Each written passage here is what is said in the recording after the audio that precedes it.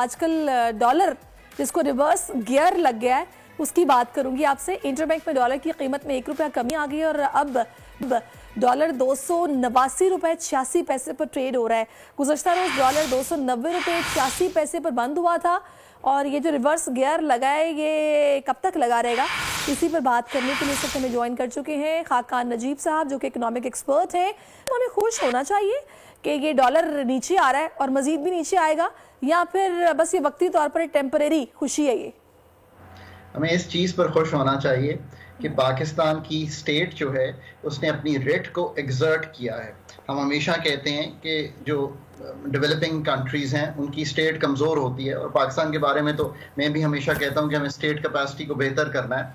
और उसने ये कहा कि ये जो ग्रे मार्केट है इसको नहीं होना चाहिए बिकॉज ये इलीगल और इलेजिटिमेट है। तो मुझे इस बात की सबसे ज़्यादा खुशी है कि हमने वो जो एक चीज़ है उसको दूर किया जो इलीगल मार्केट थी। सेकेंडली मुझे इस चीज़ की खुशी है, इसकी जो आप कह रही हैं कि ये आगे इसी तरह वर्क करेगा, कि हमने एक स्ट्रक्चर तब्दील करने के लिए अब काम शुरू किया है। वो स्ट्रक्चर इज़ द फॉलोइंग कि पाकिस्तान की दो मार्केट्स हैं, एक इंटरबैंक मार्केट और एक ओपन जिसको हम एक्सचेंज रेट कंपनीज की मार्केट कहते हैं। उसको अब हम कॉर्पोरेटाइज करने की कोशिश कर रहे हैं, यानी कि थर्ड टियर के और ऐसे लोग जिन्होंने कम पैसों के साथ एक छोटी छोटी दुकान खोल के कारोबार शुरू किया उनको एलिमिनेट करें। Again those are illegal.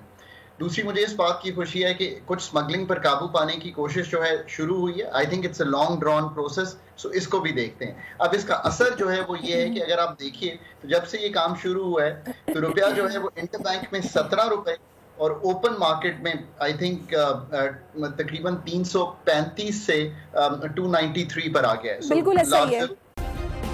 Subscribe करें और बेल दबाएं ताकि कोई खबर रह न जाए।